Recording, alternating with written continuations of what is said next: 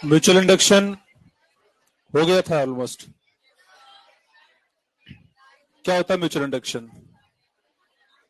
M बताइए, mutual induction क्या होता है? म्यूचुअल इंडक्शन क्या होता है? बोलो बोलो। म्यूचुअल इंडक्शन में होता क्या है?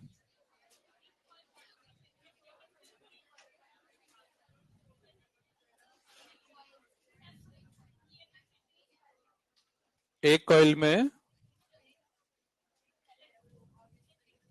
पता नहीं,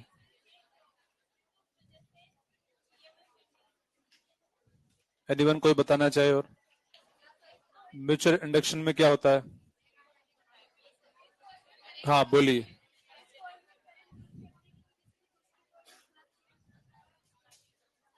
एक कॉइल में करंट चेंज करने की वजह से दूसरी कॉइल में फ्लक्स चेंज होने से ईएमएफ इंड्यूस हो जाता है। ये फिनोमिनन म्यूचुअल इंडक्शन कहलाता है। म्यूचुअल इंडक्टेंस कैसे चेक करते हैं आप बताइए? एम कैसे चेक करते हैं? दो कॉइल के बीच में, दो कॉइल के बीच में चेक कैसे किया जाए एम है या नहीं है? कैसे चेक करते हैं?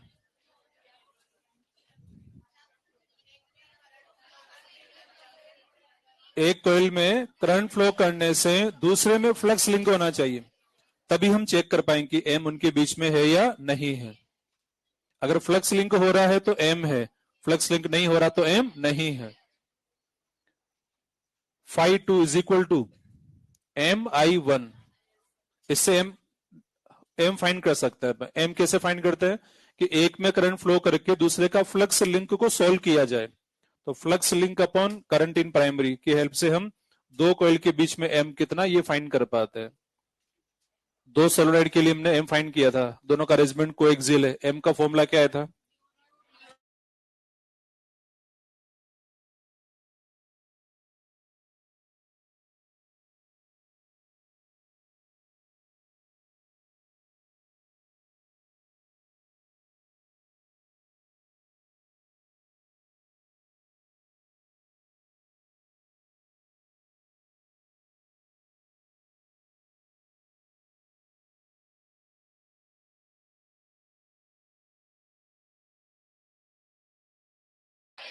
बड़े वाले में करंट फ्लो करके छोटे का फ्लक्स फाइंड करते हैं, इससे हम एम फाइंड कर लेते हैं। एम प्रोपोर्शनल क्या आया था वहां पर? X in square upon x out. यानी कि शॉर्ट में कहे तो सभी केसेस में आ जाएंगे कि अंदर वाला जो उसका स्क्वायर करना है और बड़े वाले के लिए सिंगल पावर लिखना अपॉन लिख करके। इसके बाद फिर हमने कपलिंग फैक्टर की बात की थी, phi S upon phi P आता है। दोनों कोइल अगर म्यूचुअली परपेंडिकुलर हैं तो फ्लक्स लिंक एक दूसरे में नहीं होता है। कोएक्सियल अरेंजमेंट में मैक्सिमम फ्लक्स लिंक होता है। L1 L2 एंड M के बीच एक रिलेशन बनाया था, क्या था? M इज इक्वल टू के रूट L1 L2, इस तरह का रिलेशन हमने बनाया था। इसके बाद कुछ क्वेश्चंस वगैरह सोल्व किए थे शायद अपन ने। कितने किए थे क्वेश्चन?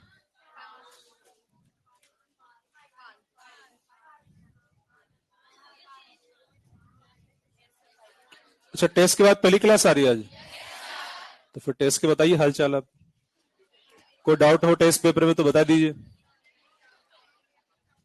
No doubt.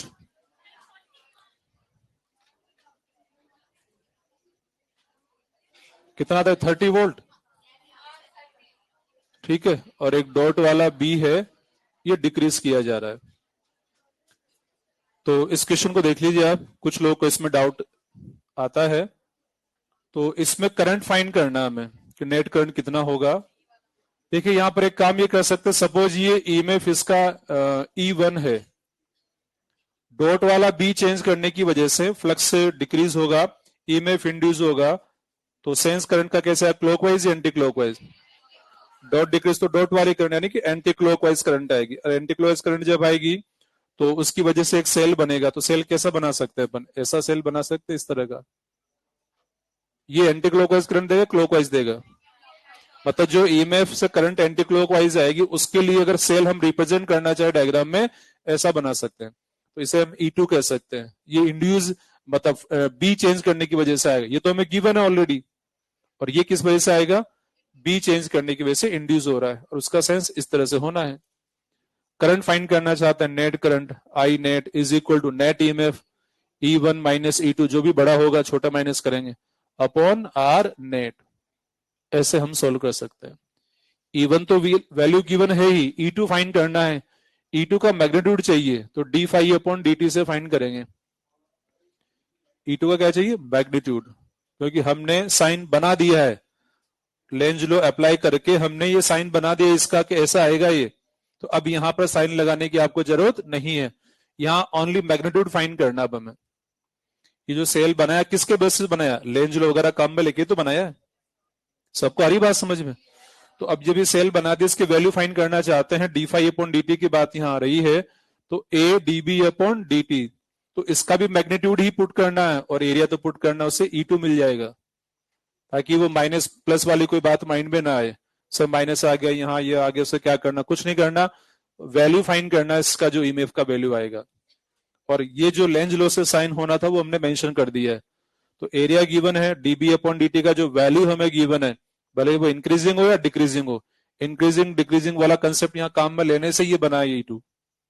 ठीक है, तो हमें इसका वैल्यू मिल जाएगा E2 का जो वैल्यू मिलेगा आप यहां पुट करेंगे, E1 का वैल्यू आपको पता है ही, आर नेट पुट कर देंगे। तो ऐसे सोल्व करना है इसको, नेट करंट ऐसे मिल जाएगी। आप चाहे तो ऐसे भी कर सकते हैं कि पहले इससे करंट निकाल लो I1 पूरे सर्किट में, फिर जो यहाँ इंड्यूस ईएमएफ आएगा उससे करंट निकाल लो, ईएमएफ अपॉन रेजिस्टेंस करके। इंड्यूस ईएमएफ का वैल्यू यही आएगा, बस उसका एक्टिंग सेंस हमने लेंज लॉ से पता लगा लिया कि इधर डायरेक्शन देगा। कुल मिला के दोनों करंट अपोजिट आएगी, एक को I1 के एक को I2 के, तो माइनस कर सकते हैं या फिर ऐसे सोल्व कर सकते हैं। आगे सबको समझ में? और किसी क्वेश्चन में डाउट रहा हो, आपने ट्राई किया हो अच्छे से फिर भी ना आया हो? हाँ बोलिए, क्या एक्सरसाइज? एक्सरसाइज किसी भी एक्सरसाइज में ऐसा क्वेश्चन एक भी नहीं है। टेस्ट पेपर का 9th क्वेश्चन इसकी तरह ही है। अच्छा, उसकी तरह एक क्वेश्चन एक्सरसाइज में जो आप बोल रहे 9 क्वेश्चन उसकी तरह, इसमें इलेक्ट्रॉन बीम बोला है, तो इलेक्ट्रॉन बीम मतलब करंट कैरिंग वायर की तरह कंसिडर करना है। अकेला इलेक्ट्रॉन नहीं है यहाँ पर, मॉड्यूल में जो क्वेश्चन दिया उसमें अकेला इलेक्ट्रॉन बोला गया है। तो यहाँ बीम होने की वजह से पूरा वायर की तरह कंसिडर करना है, और जब पूरा वायर बन जाएगा तो फिर कांस्टेंट करंट कंसिडर करेंगे, फ्लक्स कांस्टेंट रहेगा, induce MF induce current zero हो जाएगी। आगे समझ? और कोई डाउट? No doubt. 38 दिखाइए, 38 क्या कहता है, देना है पेपर। 38 क्वेश्चन, 38 में क्या दिक्कत आ गई? कॉर्सिविटी की बात की जा रही है। कॉर्सिविटी का मीनिंग हमने बताया था कि मैग्नेटाइजिंग फील्ड H का वैल्यू होता है कॉर्सिविटी, यानी कि कॉर्सिविटी H का वो वैल्यू होता है जिससे किसी सब्सटेंस पर अप्लाई किया जाए। जैसे यहां पर ये कोई फेरोमैग्नेटिक सब्सटेंस है, इस पर फील्ड अप्लाई किया, हटा दिया, मैग्नेटाइज ये रह गया, इसमें B बचा हुआ है। अब इस पर इतना H अप्लाई किया जाए कि डीमैग्नेटाइज हो जाए, और H अप्लाई करने के लिए इसको रखना सोलोनाइड में। तो सोलोनाइड में जब रखा जाएगा तो सोलोनाइड ने बी जो प्रोड्यूस किया है mu not N I, air में जो बी प्रोड्यूस किया है, H equal to B not upon mu not हो जाएगा, यानी कि H equal to N I. It means यहां पर H हमें फाइंड करना है, तो सोलोनाइड की टर्न डेंसिटी हमें गिवन है, करंट हमें गिवन, मतलब करंट फाइंड करना है, H हमें गिवन है। इट मीन्स सोलोनाइड की हेल्प से अगर इतना H हम प्रोड्यूस कर देंगे जितना कि उसकी कॉर्सिविटी है, तो वो कोर डीमैग्नेटाइज हो जाएगा। तो H गिवन है, N गिवन है, I फाइंड करना है। ऐसा क्वेश्चन मॉडल में भी दिया हुआ है। अगर उस टाइम सोल्व किया होता तो उस दिन टेस्ट में दिक्कत नहीं आती। मॉडल में दिया हुआ है ऐसा क्वेश्चन एक्सरसाइज के अंदर। अभी इस टेस्ट में तो क्वेश्चन है 38 क्वेश्चन है। और कोई 4 question, question number 4, angle between A vector cross B and A plus B. ये ए और ये बी, ए क्रॉस बी तो ऊपर जाएगा, ए क्रॉस बी ऐसे जाएगा, ठीक है, प्लेन के परपेंड, और ए एंड बी का रिजल्टेंट कहीं बीच में जाएगा, तो इनका रिजल्टेंट तो ये जाएगा, मतलब ए प्लस बी है ये, ए प्लस बी, और ए क्रॉस बी ऐसे रहेगा 90 डिग्री रहेगा। ए क्रॉस बी परपेंडिकुलर आता है हमेशा, और ए प्लस बी इनके बीच कहीं ऐसे जाएगा। पैरेललोग्राम लो से भी फाइंड कर सकते हैं आप। और बताएं,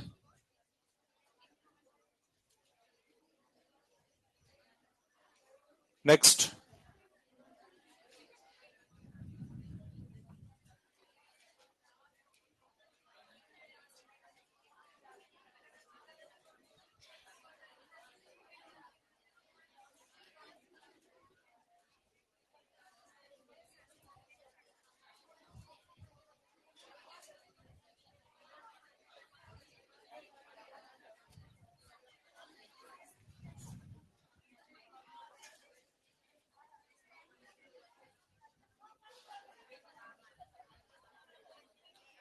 के इक्वल टू 0 लिखा मैंने, के क्या होने यहां पर, ये कौन है के? कपलिंग फैक्टर क्या बताता है? एक का फ्लक्स दूसरे से कितना लिंक हो रहा है, उसकी इंफॉर्मेशन हमें देता है। तो व्हेन के इक्वल टू 0, के 0 कंसिडर करके हम कॉम्बिनेशन की बात करने वाले हैं। पहला ए में हम बात करें सीरीज कॉम्बिनेशन। इट में जैसे एक इंडक्टर L1 है, उसका दूसरा एंड से पहला, मतलब जो सेकंड इंडक्टर है उसके फर्स्ट एंड को कनेक्ट कर दिया गया, तो ये L1 एंड L2 दोनों सीरीज में है। करंट यहां से जो रवाना होगी सीधी यहां तक जाएगी, दोनों में एक ही करंट रहेगी। तो ये L1 L2 किस में है? सीरीज में। जिस तरह से दो रेजिस्टेंस को सॉल्व किया जाता है वैसे ही सॉल्व करना है। डायरेक्ट रिजल्ट याद रखना है कि equivalent inductance L1 plus L2 के इक्वल होगा।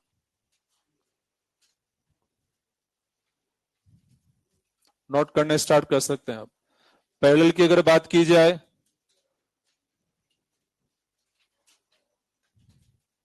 इंडक्टेंस L1 है, इंडक्टेंस L2 है, दोनों का फर्स्ट एंड यहां जोड़ दिया है, सेकंड एंड इधर जोड़ दिया गया है, ये दोनों पैरेलल वाला अरेंजमेंट कहलाता है। Equivalent inductance L1 L2 upon L1 plus L2। अगर रेजिस्टेंस R1 R2 होते तो क्या फॉर्मूला होता? R1 R2 upon R1 plus R2, और यहां R1 R2 तो R1 प्लस R2 ऐसा फॉर्मूला होता है, याद रखना है। हालांकि चाहे तो इनको डिराइव कर सकते हैं कि ये फॉर्मूला कैसे आता है, पर वो अननेसेसरी होगा, से डिराइव नहीं करना है क्योंकि बहुत ज्यादा काम नहीं आते हैं। कभी कभी बाई चांस किसी क्वेश्चन में जरूरत पड़े तो हम काम में ले सकते हैं, इसलिए केवल फॉर्मूला यहां पर लिखा जा रहा है। तो ये तो हमने कहा ना के इक्वल टू 0 है। के इक्वल टू 0 का मीनिंग यहां पर ये हुआ कि वन कॉइल का फ्लक्स दूसरे से लिंक नहीं हो रहा है, क्योंकि वैसे जब वन में हम करंट फ्लो करेंगे तो इसके पास ही होने की वजह से कुछ ना कुछ फ्लक्स वन का दूसरे से लिंक हो ही सकता, पॉसिबिलिटी तो बनेगी ही पास होने की वजह से। लेकिन यहां यह माना गया है कि वन का फ्लक्स बिल्कुल भी दूसरे से लिंक नहीं हो रहा है, ऐसे यहां भी कंसिडर किया गया। और इन जनरल यही कंसिडर किया जाता है, या तो क्वेश्चन हमें बोल देगा कि फ्लक्स लिंक इतना हो रहा है या नहीं हो रहा है, कुछ भी नहीं बोला गया है, सीरीज हमें दिया हुआ या पैरेलल गिवन है, हमें ऐसे ही कंसिडर करना है कि उनके बीच में के 0 है, और डायरेक्ट यही फॉर्मूले काम आते हैं। L1 प्लस L2 या फिर L1 L2 अपन L1 प्लस L2 वाला रिलेशन हमें काम में लेना होता है। लेकिन अब हम बात करने वाले हैं व्हेन के non zero and series combination.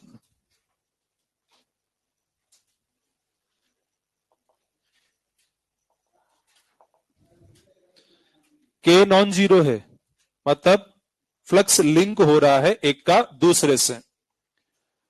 And series combination, series में भी है दोनों inductor L1 and L2। Series के लिए कंसीडर करना, पैरेलल के लिए बात ही नहीं करना, वो थोड़ा कॉम्प्लिकेट होता है। तो यहां पर जब हम सीरीज के लिए बात करने वाले होंगे, दो कंडीशन हमें गिवन होगी। When flux of both in same direction, तो उस कंडीशन में equivalent inductance L1 plus L2 plus 2M। Second condition है when flux of both in opposite direction, then L equivalent is equal to L1 plus L2 minus 2M।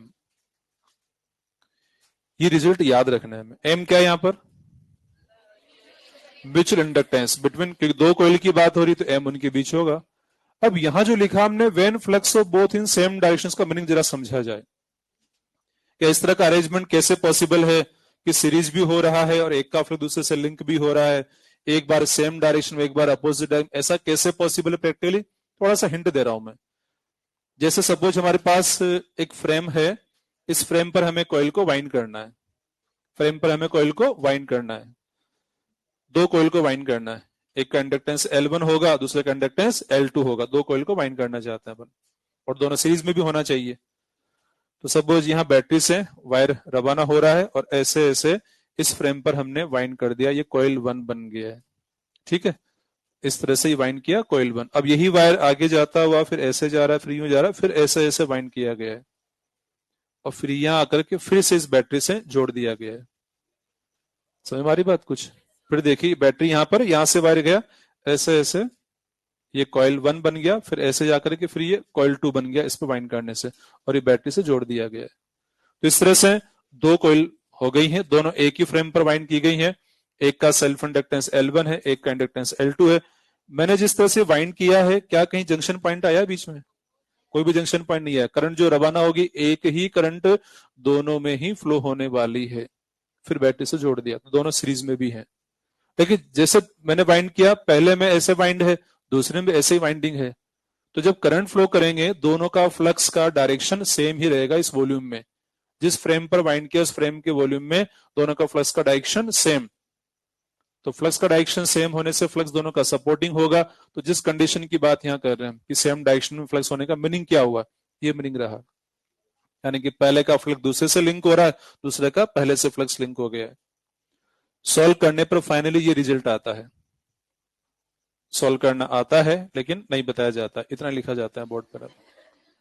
ठीक है, क्योंकि जब शुरू शुरू में पढ़ाया करते थे तो ज्यादा चीजें बताने का होता था कि ज्यादा बताया जाए, ज्यादा बताया जाए, नहीं तो बच्चे क्या सोचेंगे।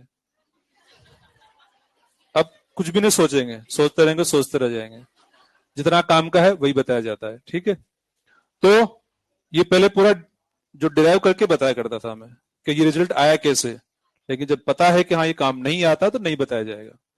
तो ये रिजल्ट भी, अतः इस पर बेस्ट क्वेश्चन आपको न तो मॉड्यूल में मिलेगा न रेस में मिलेगा, कहीं का मिल सकता, पर इसके अलावा कहीं क्वेश्चन देखा जाए तो बस इतना याद होना चाहिए कि रिजल्ट याद रखना कि L1 plus L2 plus 2M। M जहां पर क्या है? Mutual inductance.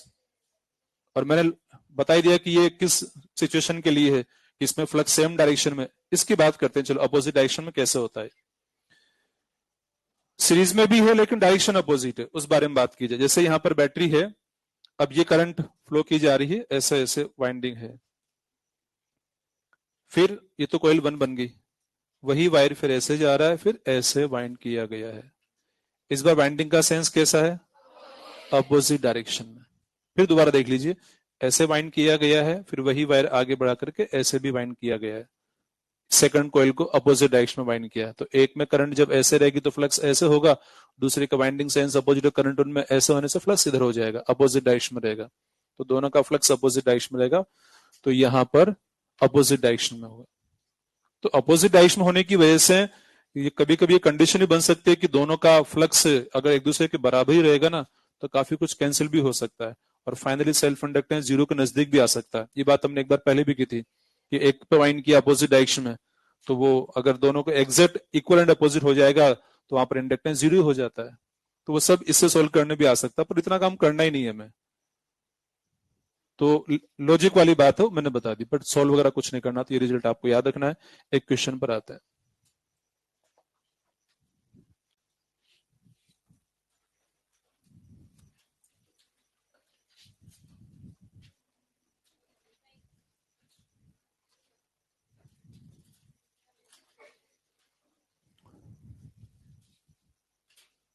लिखिए क्वेश्चन।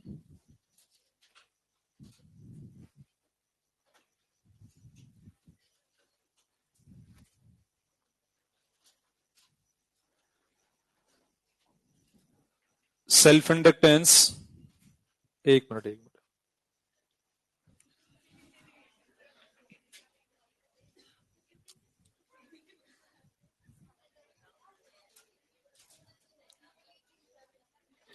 ये सोच रहा हूं मैं, नहीं हो पाएगा, लेकिन चेंज ही करना पड़ेगा, तो मतलब उसको हटाना ही पड़ेगा आपको। क्या लिख दे सेल्फ इंडक्टेंस? नहीं लिखा, चलो अच्छी बात, नहीं लिखा तो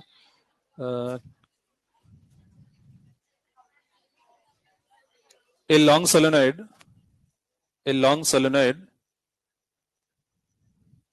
having time constant lambda, a long solenoid having time constant lambda, full stop के बाद लिखें if solenoid cuts in two equal parts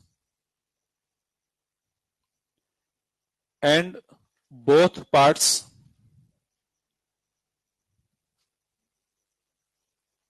connected in parallel,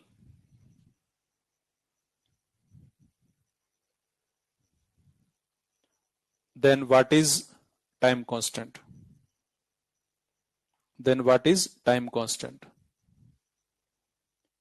तो इसमें ऑप्शन हो सकते हैं lambda, lambda by 2, 2 lambda, 4 lambda, इस तरह के ऑप्शन होंगे। मतलब लैम्डा की फॉर्म में ही निकालना आंसर हमें।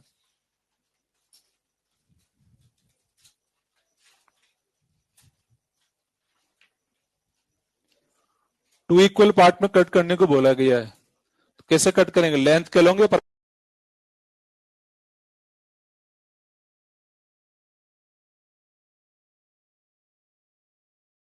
परपेंडिकुलर, लेंथ के लोगे पर बचेगा। इसलिए भले क्वेश्चन नहीं बोलता है, तब भी हमें परपेंडिकुलर ही कट करना है टू इक्वल पार्ट में। तो यहां पर इक्वल पार्ट में कट करने की बात की जा रही है। अच्छा, सेल्फ इंडक्टेंस भी इसमें होगा और इसका रेजिस्टेंस भी होगा, क्योंकि हम जानते हैं लैम्डा इज इक्वल टू क्या होता है? एल बाई आर होता है। तो कट करने से किसमें चेंज किस ढंग से आना है, बस वो समझना। पहले एल के बारे में बात करते हैं। L is equal to mu not N square A L, ये वाला फॉर्मूला काम में ले रहा हूं मैं। इसका वजह ये है बिकॉज एल प्रोपोर्शनल एल काम में ले पाऊंगा मैं। एन ए सेम है यहां पर। ये स्मॉल एन क्या है इसमें फॉर्मूले में? टर्न डेंसिटी है, ये है turn density. A is the area, इस सोलेनोइड का क्रॉस सेक्शन एरिया है। तो cross section area A same है, टर्न डेंसिटी सेम है। कब? जब कट करेंगे तब। टर्न डेंसिटी सेम है क्या सेम? कट करने के बाद भी टर्न डेंसिटी सेम ही रहेगा। जरा इसको समझा जाए कैसे। सपोज अभी इसका लेंथ 100 सेंटीमीटर है और इसमें 100 टर्न्स है, तो 1 सेंटीमीटर में कितना टर्न? क्लियर है सबको बात ही? हमने कट कर दिया, 50 सेंटीमीटर लेंथ हो गया, 50 टर्न इसमें आ गए। अब भी कितना है? 1 टर्न पर सेंटीमीटर ही है, यानी कि टर्न डेंसिटी सेम रहेगी। तो टर्न डेंसिटी सेम है, एरिया सेम है, इसलिए सेल्फ इंडक्टेंस लेंथ के डायरेक्टली प्रोपोर्शनल। लेंथ किसका? सोलेनोइड का। तो सोलेनोइड का लेंथ इधर ये L/2 रह गया है, तो यहां भी L/2 ही हो गया है। तो एक तो ये लॉजिक लगाना होगा हमें सेल्फ इंडक्टेंस के लिए। दूसरी बात आती रेजिस्टेंस के बारे में। रेजिस्टेंस के बारे में हम जानते हैं रोले बाई ए, मतलब रो एल अपॉन ए, ये होता है। रो मटेरियल के लिए है, एल लेंथ ऑफ वायर है, L/W लिख दूं उसको ताकि थोड़ा डिफरेंस नजर आ जाए हमें। Length of wire, A is the area of cross section, यानी कि वायर का थिकनेस तो यहां पर है। तो वायर का थिकनेस यहां पर क्या होगा? सेम ही रहेगा, तो थिकनेस थोड़ी चेंज हो रहा है, वायर का क्रॉस सेक्शन एरिया सेम ही है। तो हम कह सकते हैं यहां पर रो सेम है, ए सेम है, तो R proportional L/W, rho A same, तो ये दोनों सेम है। अब बताइए, जैसे हमने दो इक्वल पार्ट में कट कर दिया उसको, तो ये वाला एल क्या, इसका क्या हुआ? डबल या हाफ? हाफ हो, ये वाला लेंथ, ये भी हाफ, ये वाला लेंथ LW डेफिनेटली जिस भी वायर से बना रखा है उसके दो पार्ट जब करते हैं पूरे कॉइल के हमने, तो हाफ हाफ पार्ट ही होगा। तो यहां पर हम कह सकते हैं कि नया इंडक्टेंस जो बनेगा ना, जैसे ये R/2 हो जाएगा और L/2 हो जाएगा, ये भी R/2 हो जाएगा, L/2 हो जाएगा। सही बात है क्या? क्योंकि डायरेक्टली लेंथ पे डिपेंड कर रहे हैं दोनों ही, कॉइल की लेंथ भी हाफ हो रही है, वायर की लेंथ भी हाफ ही हो रही है, तो रेजिस्टेंस भी हाफ हो जाएगा, सेल्फ इंडक्टेंस भी हाफ हो जाएगा। यहां तक सबको आ गया समझ में कि इंडक्टेंस इससे मिलेगा और रेजिस्टेंस इस रिलेशन से मिल जाएगा। तो लेंथ ऑफ वायर भी हाफ हो जाएगा, 2 पार्ट में कट करने से इंडक्टेंस भी हाफ हो गया। अब दोनों पार्ट को हमें कनेक्ट किस में करना है? पैरेलल में, पैरेलल में कनेक्ट करने की बात की जा रही है।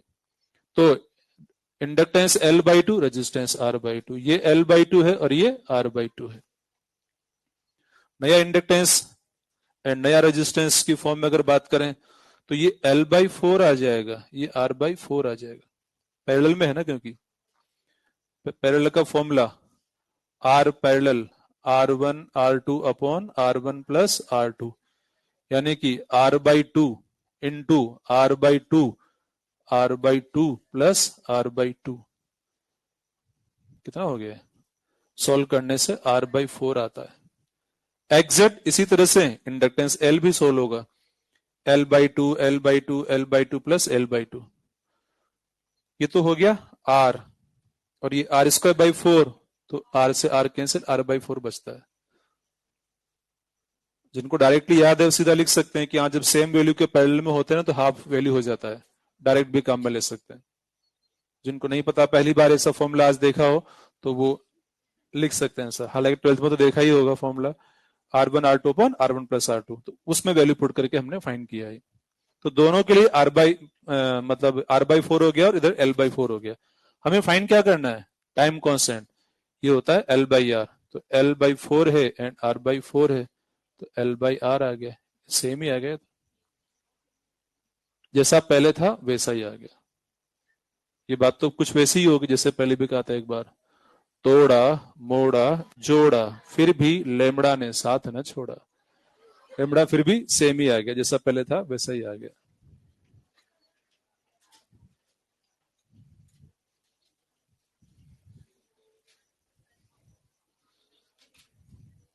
अच्छा, पहला इस तरह की लाइन मैंने किसके लिए बोली थी? कोई हाथ उठा के बताएं जरा, किसके लिए इस तरह की लाइन बोली थी मैंने? इस तरह किसके लिए? मैग्नेटिक मोमेंट के लिए। वहां क्या किया था? मैग्नेट को ये कट करने के बाद तोड़ा मोड़ा फिर जोड़ा, फिर भी मैग्नेटिक मोमेंट ने, मतलब वहां हर बार कोई ना कोई वैल्यू था, हालांकि यहाँ साथ में छोड़ा, मतलब यहाँ पर सेम वैल्यू ही आया है, दोनों जो मीनिंग अलग अलग है पर काम कुछ एक जैसा ही हो रहा है।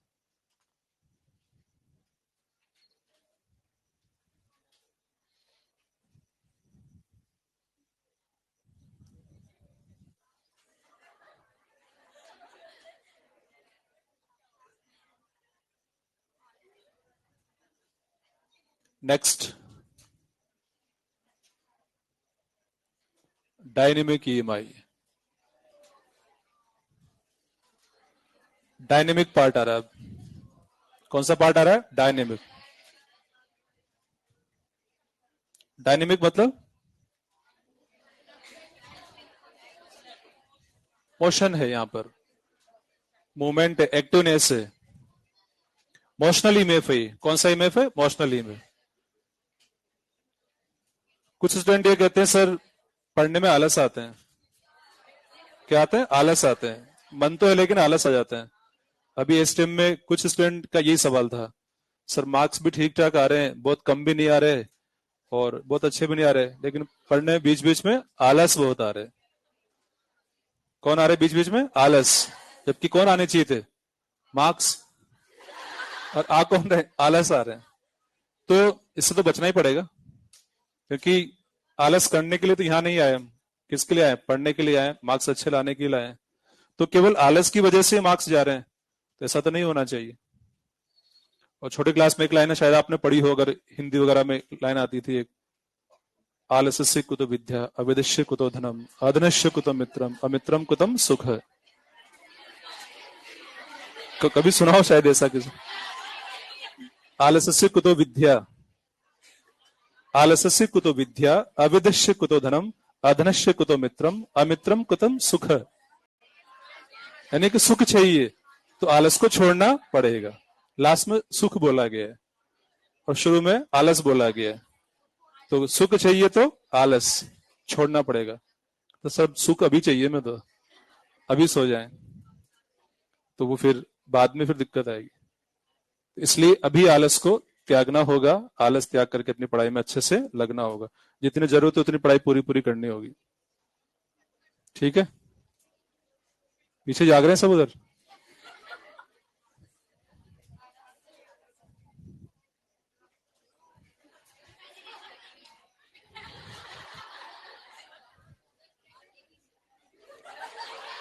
डायनेमिक ईएमआई स्टार्ट करने वाले हैं। डायनेमिक ईएमआई वाला जो पार्ट है इसमें मटेरियल का कंडक्टिंग होना जरूरी है। हमने कंडक्टिंग रोड कंसिडर की है। क्या कंसिडर की है? Conducting road. ये कंडक्टिंग रोड है। एक कॉपर की रोड है ये। इस कॉपर में फ्री इलेक्ट्रॉन्स हैं। मैग्नेटिक फील्ड है यहां पर, क्रॉस वाला बी यूनिफॉर्म, यूनिफॉर्म फील्ड है। इसकी लेंथ है एल। लेंथ क्या है? एल है। फिलहाल इसको मूव नहीं किया हमने। इसी कंडीशन में आपको थिंक करना है कि जो मैग्नेटिक फील्ड इस पर अप्लाई कर रखा है, क्या मैग्नेटिक फील्ड इस रोड के अंदर भी रहेगा? ये मैग्नेटिक फील्ड तो बाहर अप्लाई किया हमने, क्या रोड के अंदर भी रहेगा फील्ड? जितना बाहर उतना अंदर भी होगा। ये रोड कॉपर की रोड है। तो कॉपर एक डायमैग्नेटिक सब्सटेंस है और डायमैग्नेटिक सब्सटेंस जो होता है उसका म्यू आर 1 से कितना कम? थोड़ा सा कम या बहुत ज्यादा कम? थोड़ा सा, क्योंकि डायमैग्नेटिक सब्सटेंस होता है कॉपर।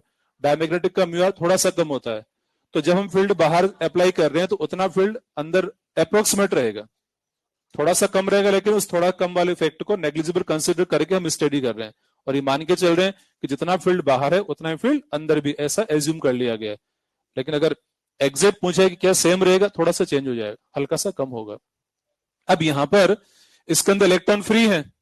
इन इलेक्ट्रॉन जो फ्री इलेक्ट्रॉन इसके अंदर मोशन कर रहे हैं, सब पर मैग्नेटिक फील्ड अप्लाई हो रहा है और हर एक पर मैग्नेटिक फोर्स अप्लाई हो रहा है। लेकिन वेलोसिटी कैसा इलेक्ट्रॉन का? रैंडम है और रैंडम वेलोसिटी है तो रैंडम फोर्स का डायरेक्शन रहेगा, मतलब फोर्स का डायरेक्शन भी रैंडम ही होगा। तो ओवरऑल कोई शिफ्टिंग ड्रिफ्टिंग नहीं हो रहा है, सबका नेट वैल्यू 0 हो जाएगा, फाइनल रिजल्टेंट 0। लेकिन अब हम क्या कर रहे हैं? इस रोड को मूव करने वाले हैं v equal to constant speed से। तो किसी एक इलेक्ट्रॉन के बारे में कंसिडर किया जाए, एक इलेक्ट्रॉन को स्टडी करते हैं। जैसा एक का हल होगा वैसा ही सबका भी होना है। तो एक इलेक्ट्रॉन के बारे में बात कर रहे हैं। जैसे रोड को मूव करा रहे हैं तो ये मान के चल रहे हैं कि एक इलेक्ट्रॉन इधर की ओर मूव कर रहा है इस रोड के साथ साथ इस मैग्नेटिक फील्ड में, क्योंकि जब रोड रेस्ट में है तब तो ओवरऑल इफेक्ट 0 ही है, देख ही लिया हमने। अब रोड को मूव करने से एक इलेक्ट्रॉन के साथ क्या होगा उसको स्टडी कर रहे हैं। तो जब एक इलेक्ट्रॉन यहाँ पर रोड के साथ साथ मूव कर रहा है तो ये सिचुएशन बन गई है कि ये इलेक्ट्रॉन इस मैग्नेटिक फील्ड के अंदर मूव कर रहा है। मैग्नेटिक फोर्स अप्लाई होगा इस इलेक्ट्रॉन पर। मैग्नेटिक फोर्स का डायरेक्शन फाइंड कर सकते हैं क्या? किधर आएगा? थंब इधर रखूंगा मैं। Magnetic force on moving charge वाला कंसेप्ट लगाना। थंब किधर रखना है? नेगेटिव चार्ज की वेलोसिटी के अपोजिट। थंब इधर है, फील्ड इधर, फोर्स ऐसे, तो मैग्नेटिक फोर्स का डायरेक्शन ये आ गया। तो ये मैग्नेटिक फोर्स लग रहा है इलेक्ट्रॉन पर नीचे की ओर। मैग्नेटिक फोर्स का डायरेक्शन ये मिल गया है। अब मैग्नेटिक फोर्स लगने की वजह से इलेक्ट्रॉन नीचे शिफ्ट होंगे, इलेक्ट्रॉन नीचे की ओर शिफ्ट होते जाएंगे। इलेक्ट्रॉन नीचे शिफ्ट होने से क्या होगा? यहाँ पर नेगेटिव चार्ज आएगा और यहाँ पर डेफिशिएंसी होगी, क्योंकि जैसे यहाँ का इलेक्ट्रॉन यहाँ आएगा तो यहाँ पॉजिटिव बन जाएगा। यहाँ पॉजिटिव बनेगा तो पास वाला इलेक्ट्रॉन यहाँ शिफ्ट होगा, जहां से इलेक्ट्रॉन हटेगा वहां पॉजिटिव बनेगा, लेकिन पॉजिटिव बनते पास का इलेक्ट्रॉन यहाँ आएगा। तो सबसे लास्ट में यहाँ कह सकते हैं कि यहाँ डेफिशिएंसी होगी इलेक्ट्रॉन की। इलेक्ट्रॉन की डेफिशिएंसी होने की वजह से यहाँ पॉजिटिव आ गया है, एक्सेस होने की वजह से यहाँ पर नेगेटिव चार्ज आता जाएगा। रोड मूव करती जा रही है, इलेक्ट्रॉन पे फोर्स लगते जा रहे हैं, इलेक्ट्रॉन शिफ्ट होते जा रहे हैं, नेगेटिव पॉजिटिव चार्ज यहाँ पर आता जा रहा है, पोटेंशियल डिफरेंस डेवलप होता जा रहा है। प्लस से माइनस की ओर इस रोड के अंदर एक इलेक्ट्रिक फील्ड डेवलप होता जाएगा। इलेक्ट्रिक फील्ड का डायरेक्शन हम कह सकते हैं कि इधर की ओर होगा, ये इलेक्ट्रिक फील्ड है। अब इलेक्ट्रिक फील्ड डायरेक्शन ऐसे है ना, तो ये इलेक्ट्रिक फील्ड भी अपना काम करेगा। क्या काम करेगा? ये कि यहां जो नेगेटिव चार्ज है, इलेक्ट्रॉन है, इस पर इलेक्ट्रिक फोर्स लगेगा। किधर की ओर? इलेक्ट्रिक फील्ड का डायरेक्शन ये इस रोड के अंदर, इलेक्ट्रिक फील्ड कहाँ है? रोड के अंदर। ये डायरेक्शन इलेक्ट्रिक फील्ड का है। नेगेटिव चार्ज फोर्स किधर लगेगा? अपोजिट। तो इलेक्ट्रिक फोर्स का डायरेक्शन ये रहेगा। तो इलेक्ट्रिक फोर्स इधर आ गया है। बताइए पहले कौन आया था, एफ या एफ एम? पहले एफ एम आया था। सपोज एफ एम का वैल्यू 10 न्यूटन था, ऐसे एज्यूम कर लिया हमने। एफ एम आने की वजह से इलेक्ट्रॉन शिफ्ट होना स्टार्ट हुए। इलेक्ट्रॉन शिफ्ट होने की वजह से पोटेंशियल डिफरेंस आने लग गया। पोटेंशियल डिफरेंस आने की वजह से इलेक्ट्रिक फील्ड आ गया। इलेक्ट्रिक फील्ड आ गया, इट मीन इलेक्ट्रिक फोर्स आ गया। तो इलेक्ट्रिक फोर्स आया है तो शुरुआत में कह सकते हैं सपोज इलेक्ट्रिक फोर्स 0 था, या इलेक्ट्रिक फोर्स थोड़ा बढ़ गया और 1 न्यूटन हो गया, 2 न्यूटन हो गया। तो ये तो 10 था ना, लेकिन और ये स्टार्ट हो रहा है आना, तो 2 न्यूटन 3 जो भी है ये, अभी ये फोर्स ज्यादा है तो नेट फोर्स नीचे लग रहा है। नेट फोर्स नीचे लग रहा है तो जब तक ये फोर्स बढ़ा रहेगा तब तक इलेक्ट्रॉन शिफ्ट होते रहेंगे, पोटेंशियल डिफरेंस बढ़ता रहेगा, इलेक्ट्रिक फील्ड बढ़ता रहेगा, एफई बढ़ता रहेगा। एफई बढ़ता जा रहा है क्योंकि पोटेंशियल डिफरेंस बढ़ता जा रहा है। लेकिन एफई बढ़ने के साथ साथ अब क्या हो रहा है कि नेट फोर्स जो लगना है वो कम होता जा रहा है। जैसे हमने कहा ये 10 था, ये बढ़ के 3 हो गया, 4 हो गया, 5 हो गया, 6 हो गया, सपोज 7 हो गया, 8 हो गया, तब भी नेट फोर्स किधर लग रहा है? नीचे की ओर ही लग रहा है। इलेक्ट्रॉन शिफ्ट होते जा रहे हैं, पोटेंशियल डिफरेंस बढ़ता जा रहा है, इलेक्ट्रिक फील्ड बढ़ता जा रहा है, एफई बढ़ता जा रहा है। बढ़ते बढ़ते एफई का वैल्यू एफएम के बराबर हो गया। जैसे एफई का वैल्यू एफएम के बराबर हो जाएगा, नेट फोर्स इलेक्ट्रॉन पर 0 हो जाएगा, इलेक्ट्रॉन नीचे शिफ्ट नहीं हो पाएगा।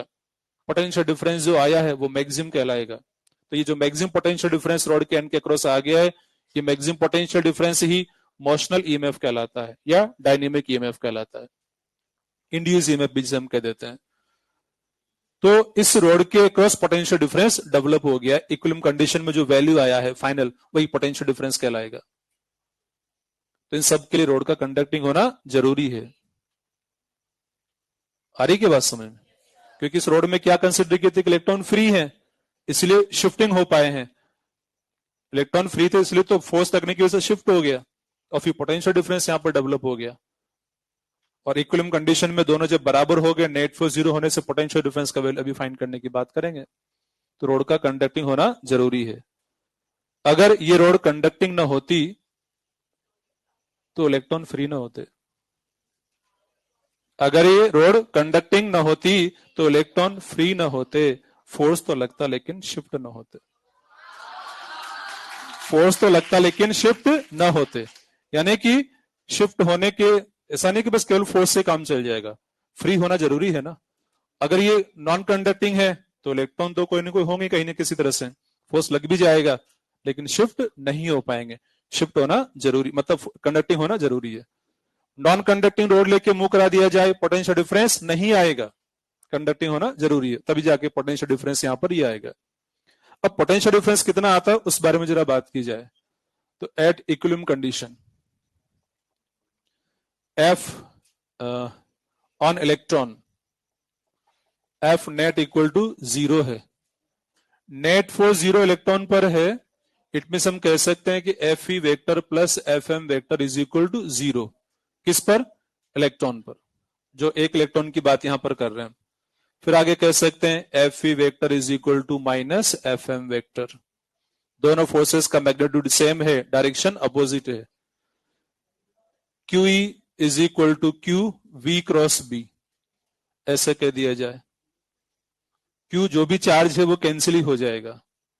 तो इलेक्ट्रिक फील्ड का जो वैल्यू है इस तरह से फाइंड कर लिया जाएगा। यहां पर एक काम चाहे तो यहां यूं कर सकते हैं, हम इसको ऐसे भी लिख सकते हैं, E equal to B cross V भी लिखा जा सकता है।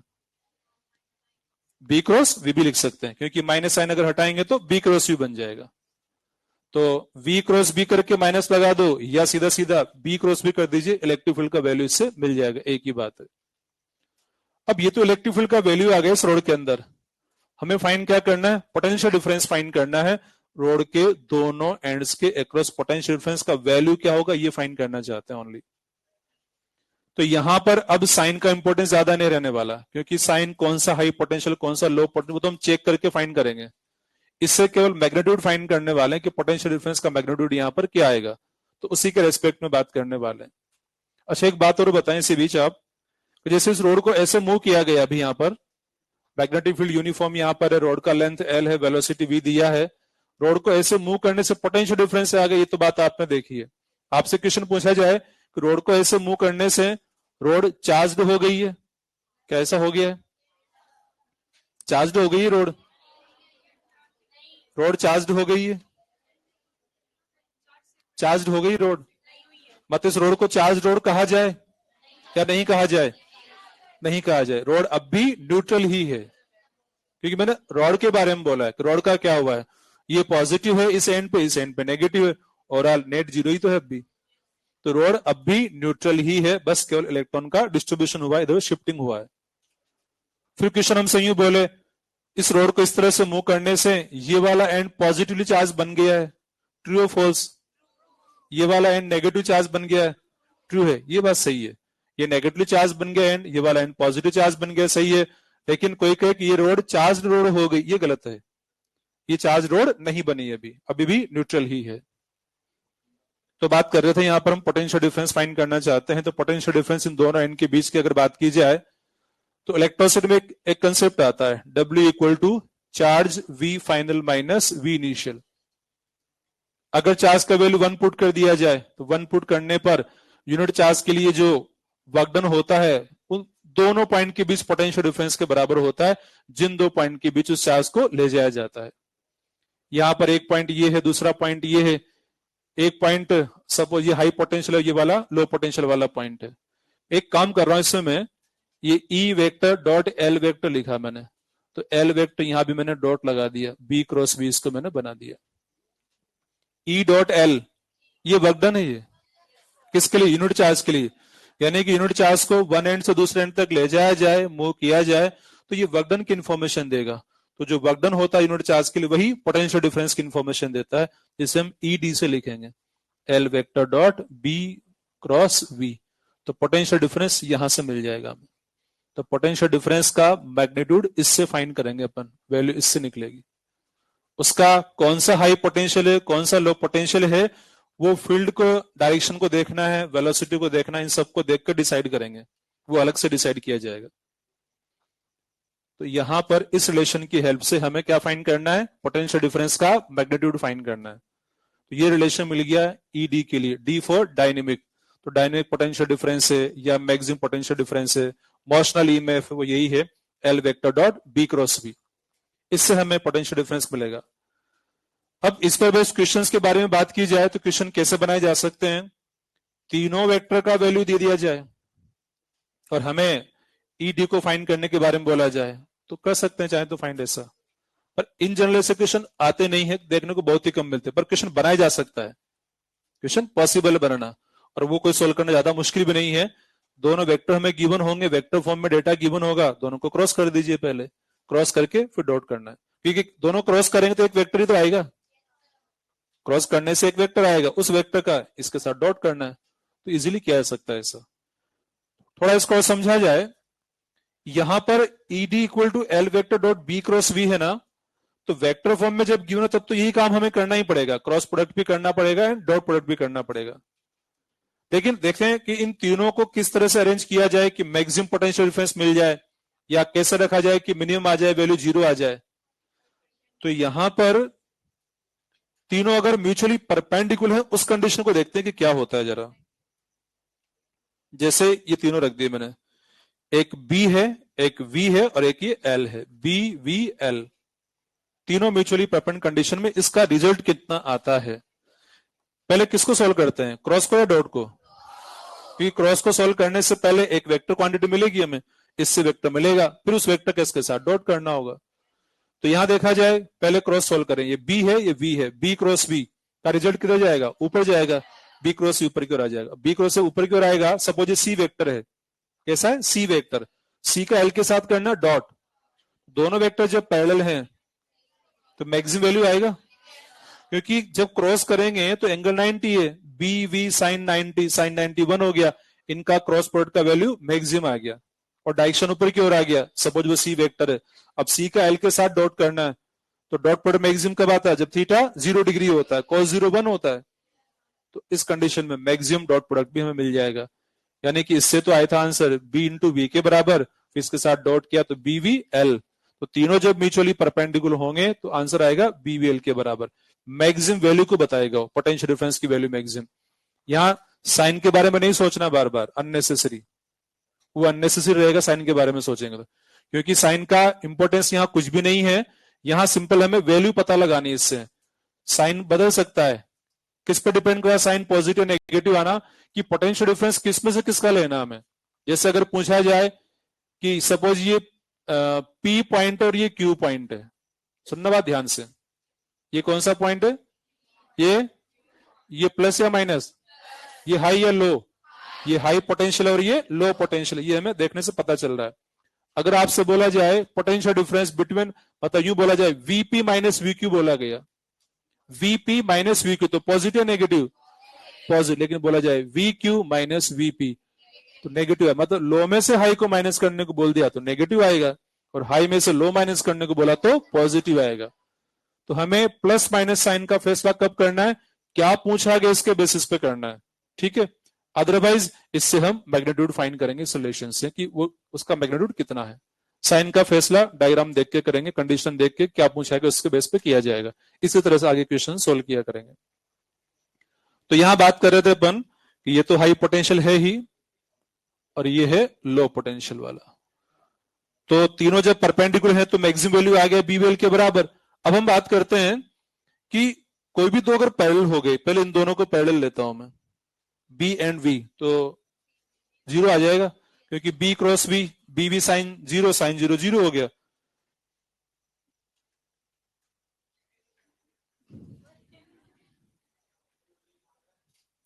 कोई भी दो पैरेलल, पहले इन दोनों को पैरेलल लिया, अब एक काम और करते हैं, जैसे इसको पैरेलल ले लिया जाए। ये कौन है, बी है, ये वी है और ये एल है। बी क्रॉस बी जब करेंगे हम, क्या करेंगे, बी क्रॉस बी, तो ऊपर क्यों जाएगा, सपोज सी वेक्टर आया क्रॉस प्रोडक्ट से, सी का एल के साथ डॉट करना है, cos 90 आ गया तो cos 90 जीरो हो गया, यहां रख दे इसके इधर। ये बी है, ये वी है और ये एल है। बी क्रॉस बी ऊपर जा रहा है, उसका इस एल के साथ डॉट करेंगे तो जीरो आया, क्योंकि cos 90 अगेन जीरो होता है। यानी कि कोई भी दो आपस में अगर पैरेलल हो जाते हैं तो ईएमएफ जीरो आएगा, या तीनों अगर कोप्लेनर हो जाते हैं तब भी जीरो आएगा। जैसे ये हैं, यहीं पर एल इसी जगह यहां कहीं भी रख दूं मैं, ये बी वी एल तीनों एक ही प्लेन में, क्रॉस प्रोडक्ट ऊपर जाएगा, बी वी क्रॉस प्रोडक्ट ऊपर, और इसका इसके साथ डॉट करना है, cos 90 जीरो हो जाएगा। तो तीनों एक ही प्लेन में हो तब भी जीरो ही आना है, ये दो का क्रॉस इसके साथ डॉट, फिर और कोई भी दो पैरेलल हैं तब भी जीरो ही आता है। तो यहां पर इसी इंफॉर्मेशन को मैं मेंशन कर देता हूं, ये नोट कर लीजिए आप।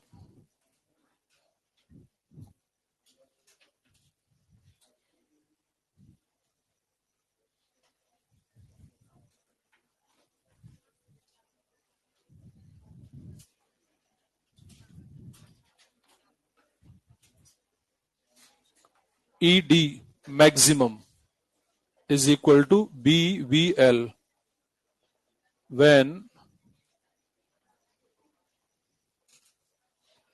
B perpendicular V perpendicular L।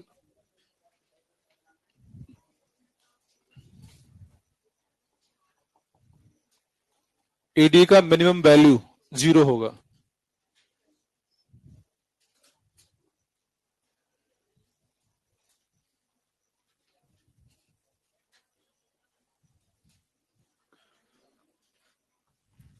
कोई भी अगर दो पैरेलल हो जाते हैं तो पोटेंशियल डिफरेंस का वैल्यू जीरो होगा। तीनों म्यूचुअली परपेंडिकुलर हैं तो मैक्सिमम वैल्यू आएगा पोटेंशियल डिफरेंस का, वो बी बी एल के इक्वल होगा। थोड़ा इसको और समझा जाए, अभी फिलहाल हमने ये मैथमेटिकली बोला है, वेक्टर कंसेप्ट लगा के बोला है कि हाँ इस कंडीशन में बीवीएल के बराबर है और यहां पर जीरो हो जाएगा। इसी को अब एक अलग वे में, जैसे कि यहां हमने बात की थी तीनों परपेंडिकुलर है ना, ये एल है, ये वी है और ये बी है। तीनों परपेंड होने पर देखा कि इलेक्ट्रॉन शिफ्ट होने से पोटेंशियल डिफरेंस आया है। हम ये चेक करने वाले हैं कि इन कंडीशन में आखिर ऐसा क्या हो जाता है थ्योरेटिकली कि पोटेंशियल डिफरेंस डेवलप ही नहीं हो पाता। उसी को समझने वाले हैं। क्या समझने वाले हैं कि इन तीनों में पोटेंशियल डिफरेंस जीरो क्यों हो रहा है। मैथमेटिकल देख लिया आपने, थ्योरेटिकल देखने वाला है। जैसे ध्यान दीजिए कि ये रॉड है, इसका वेलोसिटी फिलहाल डायग्राम में ये है, मैग्नेटिक फील्ड यहां पर ही। हमें इस केस को देखना है, बी पैरेलल टू बी, यानी कि मैग्नेटिक फील्ड के पैरेलल रॉड का वेलोसिटी हो तो पोटेंशियल डिफरेंस रोड के एंड्स के क्रॉस नहीं आएगा, ये हमें चेक करना है। देखते हैं यहाँ पर मैग्नेटिक फील्ड का डायरेक्शन किधर है, अंदर की ओर है, तो फील्ड अंदर की ओर है, रॉड का लेंथ ये है। अब रोड का वेलोसिटी अंदर लेना मुझे, सपोज ये वेलोसिटी है और ये एल है, ये एल है, ये वेलोसिटी है, तो रोड को ऐसे मूव कराने की बात की जा रही है। आ रही बात समझ में? ये एल है, ये वी है, और रोड को मैग्नेटिक फील्ड के, क्योंकि बी पैरेलल टू वी वाला केस चेक कर रहा हूं मैं, और इसमें यह देखना है कि रॉड के एंड्स के क्रॉस पोटेंशियल डिफरेंस नहीं आएगा, ये चेक करना चाहते हैं। देखिए वेलोसिटी ही जब फील्ड के पैरेलल हो गया है, तो यहां जो एक इलेक्ट्रॉन, उसके बारे में सोचो उसका क्या हुआ होगा, क्या उस पर कोई मैग्नेटिक फोर्स लगेगा? देखिए इसका वेलोसिटी ये है, वेलोसिटी किसके पैरेलल, मैग्नेटिक फील्ड के पैरेलल। तो magnetic force on moving charge क्या होता है, Q V B sine theta. Theta ही जब जीरो हो गया है तो मैग्नेटिक फोर्स क्या हो गया, जीरो हो गया। तो इलेक्ट्रॉन पर कोई मैग्नेटिक फोर्स अप्लाई नहीं हो रहा, कोई शिफ्टिंग नहीं होगा, एंड के क्रॉस कोई पोटेंशियल डिफरेंस डेवलप नहीं होगा। अब जरा देखते हैं V पैरेलल टू L वाला केस। V एंड L कैसे हैं, पैरेलल हैं। V किधर, ये है, यहां पर ये L है था, हमें चेंज करना है। V एंड L पैरेलल, ये L और ये V, तो ऐसा कर दें इसको। अब एक इलेक्ट्रॉन के बारे में सोचें, इलेक्ट्रॉन जब यहां पर है वो रोड के साथ साथ ऐसे जा रहा है वेलोसिटी के डायरेक्शन में, तो इलेक्ट्रॉन जब ऐसे जा रहा है रोड के साथ, मैग्नेटिक फील्ड तो यहां ऐसा है, क्यों ना उस इलेक्ट्रॉन पे मैग्नेटिक फोर्स का डायरेक्शन देखा जाए। थंब इलेक्ट्रॉन की वेलोसिटी के अपोजिट, मैग्नेटिक फील्ड अंदर, फोर्स ऐसे। ये कौन सा रूल लगाया मैंने, magnetic force on moving charge के लिए जो था, राइट हैंड पाम रूल हमारा वाला। तो थंब ऐसे रखा है, फील्ड ऐसे है, ये क्रॉस वाला, और फोर्स ऐसे लग रहा है। इलेक्ट्रॉन पर फोर्स लग रहा है नीचे की ओर, इलेक्ट्रॉन शिफ्ट होते जा रहे नीचे की ओर, इलेक्ट्रॉन यहां आ जाएंगे, यहां पॉजिटिव यहां नेगेटिव, लेकिन हमें चेक करना दोनों एंड्स को।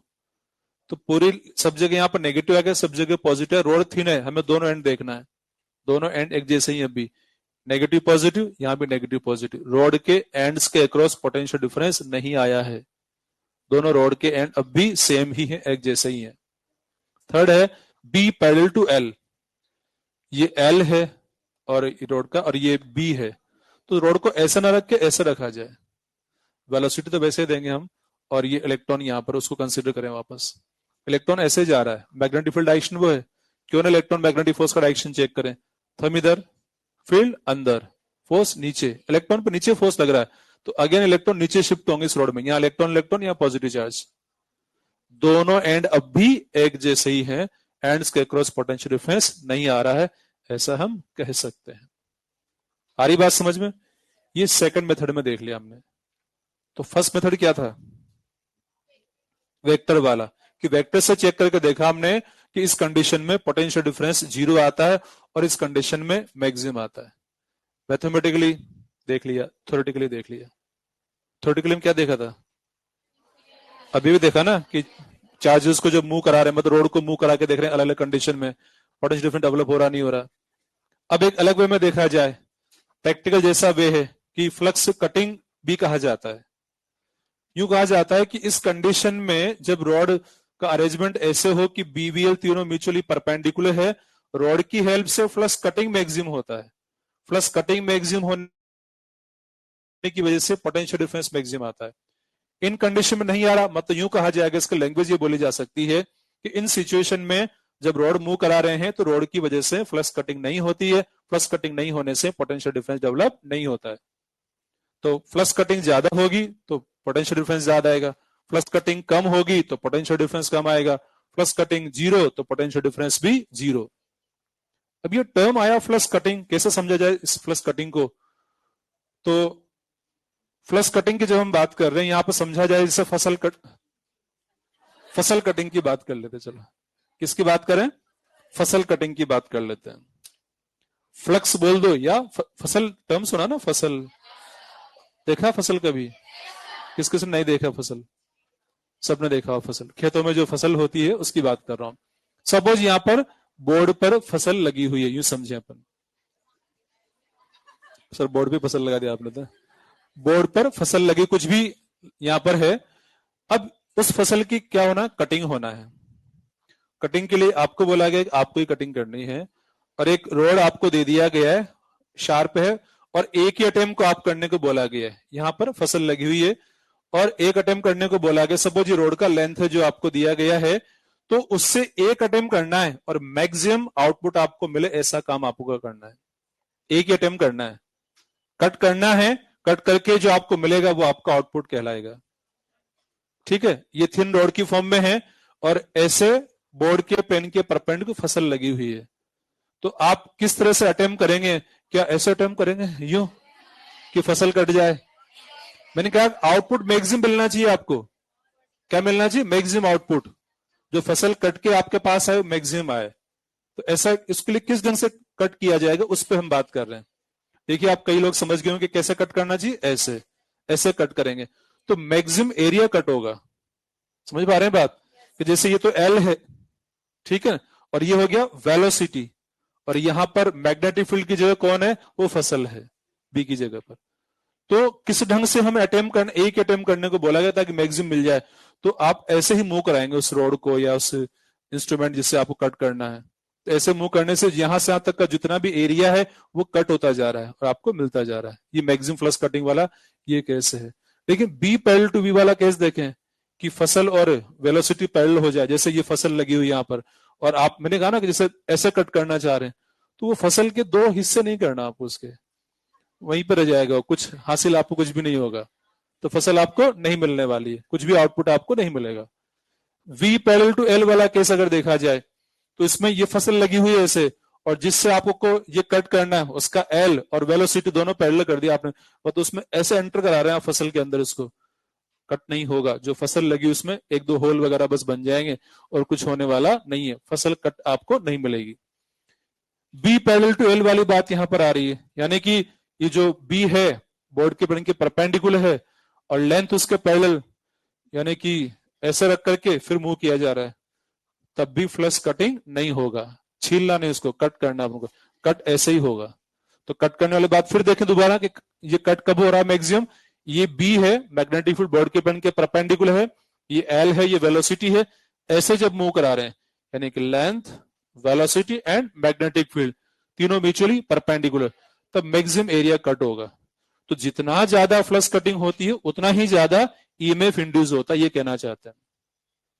तो मैक्सिमम फ्लक्स कटिंग कब हो रही है? जब बी वी एल तीनों म्यूचुअली परपेंडिकुलर। अब थोड़ा चेंज करें, जैसे अभी था तीनों परपेंडिकुलर, थोड़ा इसको ऐसे कर दिया जाए और फिर मूव किया जाए इस वेलोसिटी से ऐसे, तो इतना ही हिस्सा फ्लक्स कटिंग में काम आएगा, यही लेंथ फ्लक्स कटिंग में काम आएगी। तो फ्लक्स कटिंग लेंथ कम होती जाएगी, फ्लक्स कटिंग एरिया कम होता जाएगा, इंड्यूस ईएमएफ भी कम होता जाएगा। इसको ऐसे किया, थोड़ा और ऐसे कर दिया और फ्लक्स कटिंग कम हो जाएगी। इतना हिस्सा ही फ्लक्स कटिंग में काम आएगा, ओनली ये हिस्सा। ऐसे करने के बाद थिन रॉड है, जीरो ही हो जाएगा, फ्लक्स कटिंग नहीं हो पाएगी। तो फ्लक्स कटिंग टर्म भी हमें ध्यान रखना है। तो सीधा ऐसे याद रख सकते हैं कि इस कंडीशन में फ्लक्स कटिंग मैक्सिमम मिनिमम, इसमें जीरो, इसमें जीरो, इसमें जीरो, ऐसे कहा जाएगा। तो तीन अलग अलग वे में हमने बात की है इस बीवीएल या जीरो के बारे में। मैथमेटिकली बात की है, थ्योरेटिकली बात की है, प्रैक्टिकली भी बात की है, बस कटिंग से हिसाब से बात की है। अब हमें high potential low potential check करना होगा। उसको चेक करने के लिए फिर से राइट हैंड पाम रूल को लगाना होगा। किस ढंग से लगाएंगे यहां पर, उसके लिए हम लिखाते हैं, लिखिए राइट हैंड पाम रूल। एक बार फिर से एक नए ढंग से, राइट हैंड पाम रूल।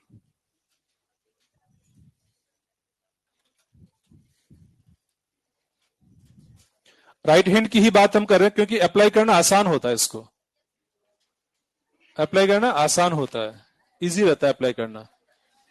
जब भी कोई सवाल आए तुरंत हमारा राइट हैंड उठ जाए और फिर अप्लाई कर दो। इसलिए अदरवाइज रूल अलग अलग टाइप से होते हैं, लेफ्ट हैंड वाले भी होते हैं राइट, पर हम राइट की बात करते हैं। उठा दो और कर दो अप्लाई।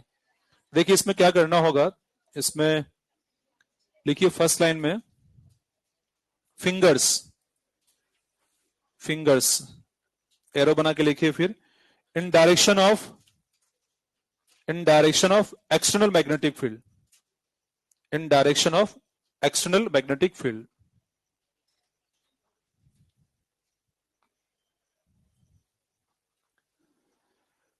थम नीचे के लाइन से थम, एरो बना के लिखिए इन direction of, in direction of velocity of rod in direction of velocity of rod. Third में लिखिए perpendicular to palm, perpendicular to palm. Arrow बना के लिखिए फिर indicates high potential end of rod, indicates high potential end of rod, यानी कि road का high potential and को इंडिकेट करता है। तो देखते हैं कुछ क्वेश्चन के थ्रू समझते हैं। सबसे पहली बात तो इसी डायग्राम में हम अप्लाई करके देख लेते हैं, क्योंकि इसमें पहले से पता हमें है। चेक करके देखिए जो रूल लिखा उससे रिजल्ट आता है क्या, मतलब कैसे अप्लाई करना है एक बार देख लीजिए। ये क्रॉस वाला फील्ड यहाँ पर है, तो फिंगर्स ऐसे, वेलोसिटी ये दिया हुआ, थंब ऐसे, फील्ड ऐसे। ये पाम का परपेंडिकुलर किसको बताएगा? हाई पोटेंशियल को, यानी कि हाई पोटेंशियल एंड की इंफॉर्मेशन दे रहा है। वैसे रूल है ना, एक तरह से वही रूल है ये, जैसे अपन ने मैग्नेटिक फोर्स और मूविंग चार्ज वाला देखा था ना, उसी का ही एक पार्ट एक तरह से, उसी से रिजल्ट आ रहा निकल के। मतलब थोड़ा सा इमेजिन करना पड़ता है बस, या तो जैसा लिखा है एग्जैक्ट बस याद रहो, कुछ ज्यादा सोचे मत, दिमाग न लगाएं, अप्लाई कर दे आंसर आ ही जाएगा। फिर भी थोड़ा अगर थिंक करें इसमें, तो ये मैग्नेटिक फोर्स और मूविंग चार्ज वाला कंसेप्ट ही यहाँ पर है। हालांकि यहाँ इलेक्ट्रॉन फ्री है, मतलब चार्ज जो शिफ्ट होने वाला ये नेगेटिव है। अगर यहाँ पॉजिटिव चार्ज शिफ्ट हो रहा होता, सपोज क्या होता, ये पॉजिटिव चार्ज हो रहा होता, शिफ्टिंग इसका पॉसिबल होता, तो देखिए पॉजिटिव चार्ज होता ही है, तो वेलोसिटी ऐसे पॉजिटिव चार्ज का, मैग्नेटिक फील्ड ऐसे, फोर्स ऐसे ही लगेगा ना, तो पॉजिटिव चार्ज ही तो ऊपर जाएगा फिर, अगर वो फ्री है मूव करने के लिए। तो इसलिए हाई पोटेंशियल यहाँ आ रहा है और यहाँ लो पोटेंशियल आ रहा है। आई की बात समझ?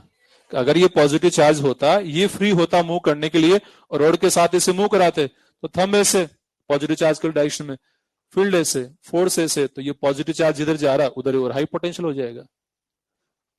इतना ना सोचे, कोई दिक्कत नहीं, जैसा लिखा है वैसे काम में ले तब भी आ जाएगा ना। क्वेश्चन पर आते हैं अलग अलग।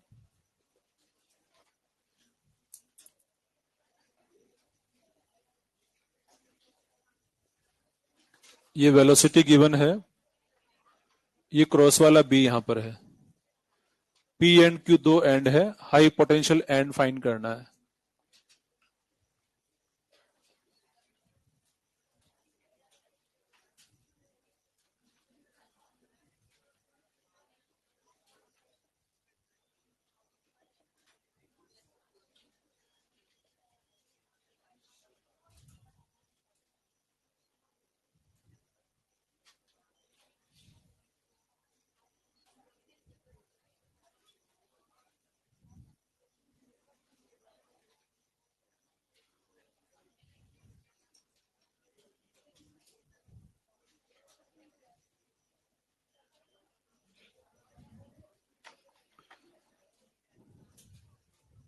बताइए फर्स्ट वाले में हाई पोटेंशियल एंड कौन सा होगा? क्यू। वेलोसिटी ऐसे, फील्ड अंदर, ये हो गया हाई पोटेंशियल एंड। तो आंसर आ गया इसमें क्यू, हाई पोटेंशियल। क्रॉस आता है सेकंड में? कितनों के क्रॉस आंसर आज हाथ उठाए? अच्छा फर्स्ट कितनों को नहीं आया? फर्स्ट में कोई दिक्कत, जिसको फर्स्ट नहीं आया हो पहला क्वेश्चन। सेकंड में क्या है? क्रॉस। चेक करता हूं मैं भी, वेलोसिटी ऐसे है, हाई पोटेंशियल ऊपर की ओर है, तो डेफिनेटली क्रॉस वाला फील्ड आएगा, क्रॉस वाला बी आएगा। इसमें जीरो क्यों? जीरो आप बताएं जरा, जीरो बता रहे हैं कुछ लोग, जीरो क्यों आ रहा है? कौन कौन पैरेलल, कौन कौन पैरेलल है? पी एंड क्यू दोनों पैरेलल हैं। वी एंड बी, वी कौन है? ये किसका वेलोसिटी? रोड का वेलोसिटी है कि मैग्नेटिक फील्ड का वेलोसिटी है? मैग्नेटिक फील्ड का तो नहीं है, तो पक्का है, तो किसका? फिर रोड का ही वेलोसिटी फिर तो रोड का वेलोसिटी है और ये मैग्नेटिक फील्ड अप्लाई किया, दोनों ही क्या है? पैरेलल है। तो पैरेलल होने की वजह से ये में, अच्छा पैरेलल होने से जीरो क्यों आ गया? ये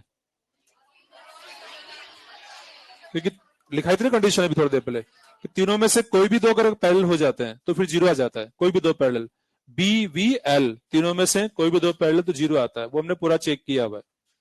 तो रिजल्ट सीधा याद रखें ये कि बीवीएल तीनों में से कोई भी दो पैरेलल अगर हैं तो पोटेंशियल डिफरेंस जीरो आएगा। तो सबसे पहले क्वेश्चन जब सॉल्व करें ये चेक कर लें कहीं दो कोई पैरेलल तो नहीं, अगर पैरेलल है तो फिर जीरो होगा। तो यहाँ पैरेलल है तो यहाँ पर V पैरेलल टू B हो रहा है, इसलिए डायनेमिक ईएमएफ का वैल्यू जीरो आ जाएगा।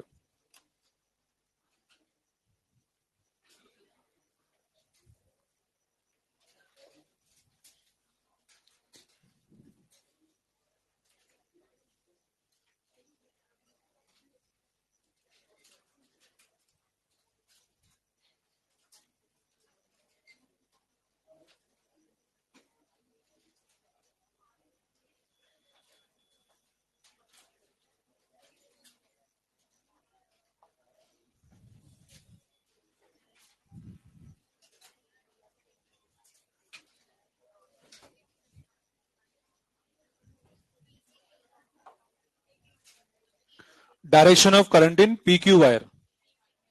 पीक्यू वायर में मतलब, अच्छा एक बात समझ लें क्वेश्चन क्या कह रहा है कि ये करंट कैरिंग वायर है पीक्यू वायर, पहले से करंट इसमें है।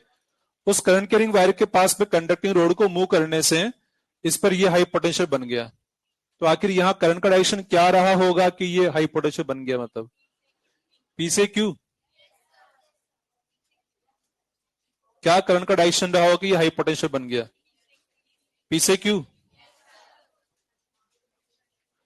सबसे पहले हमें फाइंड करना पड़ेगा फील्ड का डायरेक्शन। तो पहले आप मुझे बता दीजिए कि यहाँ फील्ड क्या क्रॉस है? कंफर्म, क्योंकि ये वेलोसिटी है, ये हाई पोटेंशियल है, तो यहाँ क्रॉस वाला बी आएगा of wire PQ. PQ wire की वजह से यहाँ फील्ड क्रॉस है, तो पीक्यू वायर की वजह से यहाँ पे क्रॉस है। तो कुछ स्टूडेंट क्या करते हैं, सर क्यू से पी में किया तो क्रॉस ही तो आ रहा है। अगर थंब ऐसा रखूंगा मैं, क्यू से पी करंट लूंगा तब क्रॉस ही तो आ रहा है। क्या ये सही नहीं है? कौन को मानते हैं सही नहीं है कि मैं अगर ऐसे लेता हूं तो फील्ड क्रॉस ही तो आ रहा है, एक ही तो बात होगी। गलत है, क्योंकि हमें यहां देखना है, इस जगह देखना है। वायर के दोनों साइड में फील्ड का डायरेक्शन अपोजिट होता है। अगर यहां क्रॉस तो फिर यहां डॉट हो जाएगा, जबकि यहां क्रॉस आना चाहिए। तो यहां क्रॉस तभी आएगा जब करंट पी से क्यू। ये हमने कौन सा रूल लगाया? राइट हैंड स्टार्टिंग वाला शुरू में लगाया था ना, फ्लेमिंग वाला। तो ये है, तो ये पी से क्यू है और ये करंट इस तरह से है, तो पी से क्यू करंट आएगी यहां पर।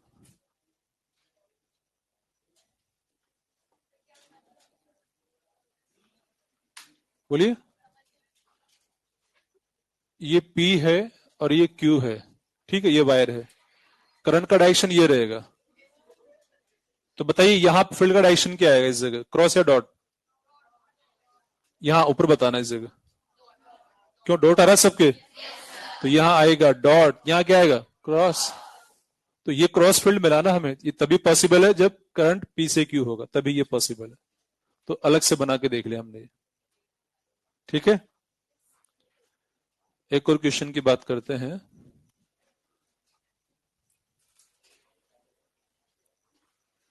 इस क्वेश्चन में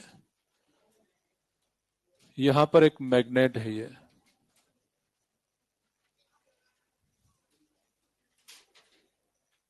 और एक ये कंडक्टिंग रॉड है V परपेंडिकुलर आउट, इसको बोला गया है। ये हाई पोटेंशियल एंड है, ये X है, ये Y है।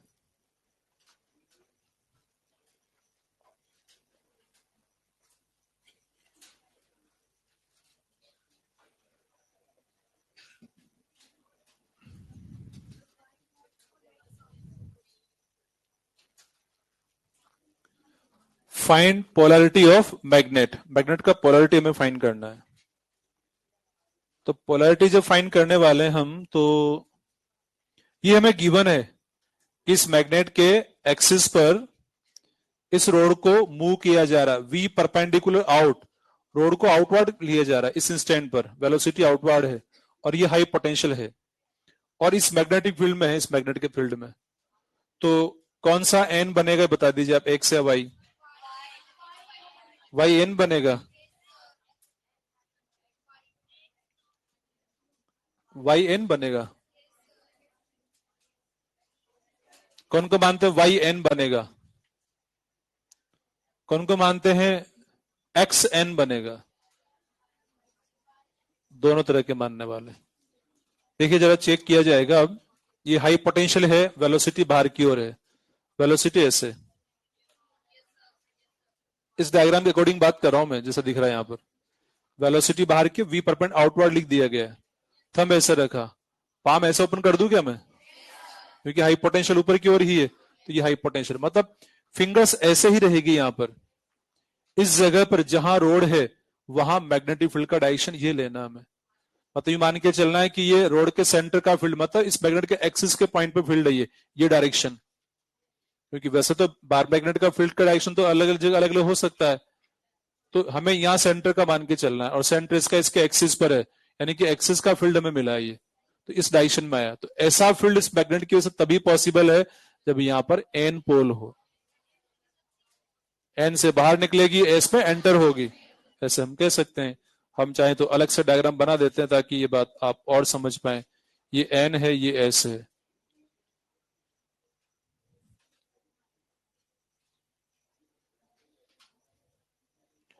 ऑलमोस्ट ऐसी फील्ड लाइंस होंगी, एन और एस इस तरह से रहेगा। जब सबको आगे समझ में है? इसमें डाउट कहीं है तो बताएं आप, अदरवाइज एक और क्वेश्चन कुछ ऐसा ही है।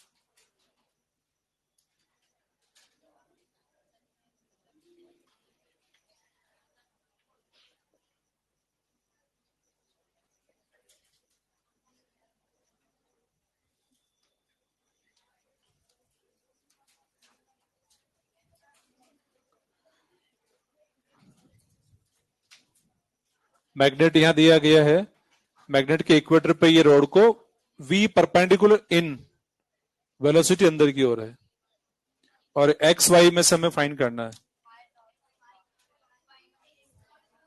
कौन सा नॉर्थ पोल होगा।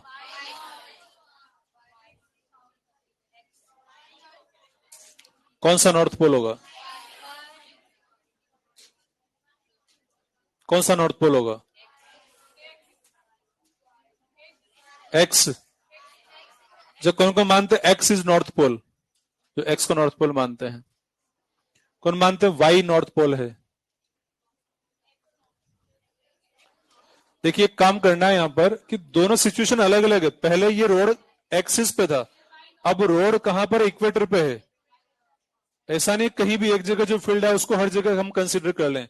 जैसे इस क्वेश्चन को सोल्व किया था हमने, फील्ड का डायरेक्शन ऐसा है तो वो यहीं के लिए था, ऐसा नहीं यहां भी सब जगह कंसीडर कर लें उसको, ऐसा नहीं करना है।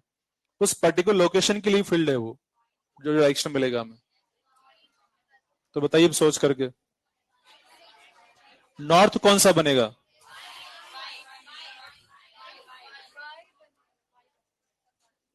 चेक करते हैं जरा। वेलोसिटी इनवर्ड है, ये लो पोटेंशियल दिया हुआ है, हाई पोटेंशियल नीचे लिखा हुआ है, मतलब लिखा नहीं, वो नीचे ही है। वेलोसिटी अंदर, हाई पोटेंशियल ये, तो फिंगर ऐसे ही रहेंगी, मतलब यहां फील्ड का डायरेक्शन ऐसे ही आएगा, जैसे यहां पर फील्ड का डायरेक्शन ऐसे आया था, ये बी ऑफ मैग्नेट था ये इस डायग्राम में।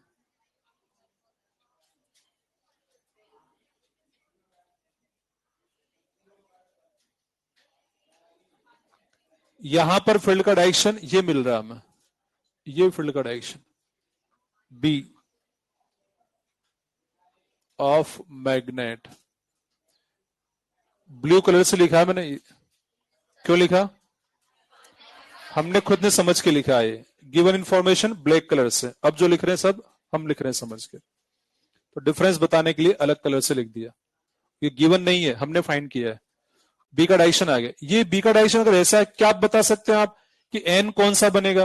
अब बता सकते हैं आप? बताइए एन कौन सा है? अब भी दो तरह के आंसर आ रहे हैं। अच्छा, कौन को मानते हैं एन एक्स है? कौन को मानते हैं कि एन वाई है? एन वाई है। अब भी कुछ लोग एन वाई को मानने के तैयार बैठे हैं। आप जो एज्यूम कर रहे हैं वो एज्यूम करके डायग्राम बना के देख लो। ऐसा फील्ड यहां आना चाहिए, ये तभी आएगा जब यहाँ एन बनेगा। क्या बनेगा? एन। हम बना के देख लेते हैं। यहाँ पर देखिए, ये मैग्नेट यहाँ पर है, ये एन है और ये एस है, इस तरह का होगा, तभी फील्ड लाइंस ऐसे जाएंगी। ये फील्ड इस जगह पर, यहां पर ये डायरेक्शन फील्ड का ऐसे तभी आएगा। यहाँ क्या लेंगे? एन। ऐसे फील्ड लाइंस जा रही।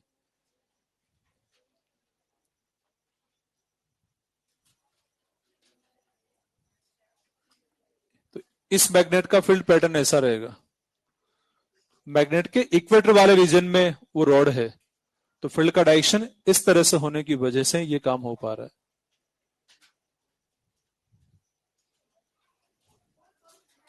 इन तीनों डायग्राम में से किसी में भी कहीं भी जरा सा भी डाउट हो तो अभी बता सकते हैं।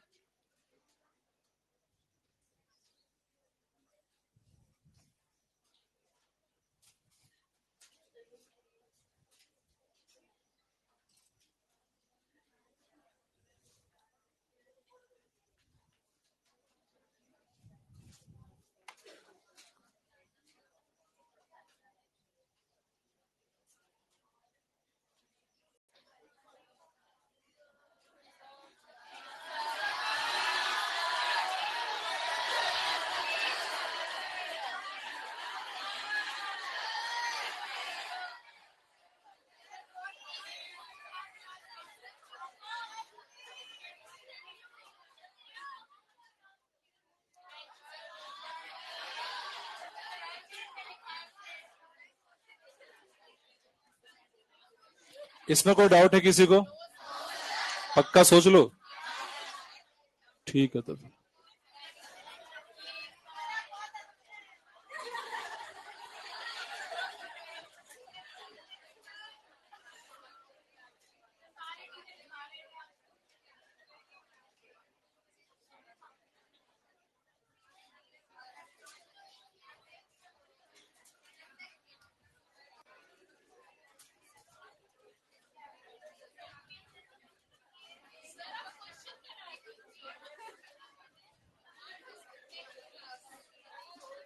कोई टॉपिक नहीं है, ये टॉपिक तो शुरू हो चुका बहुत देर पहले, वही चल रहा अभी, कुछ भी नया नहीं है।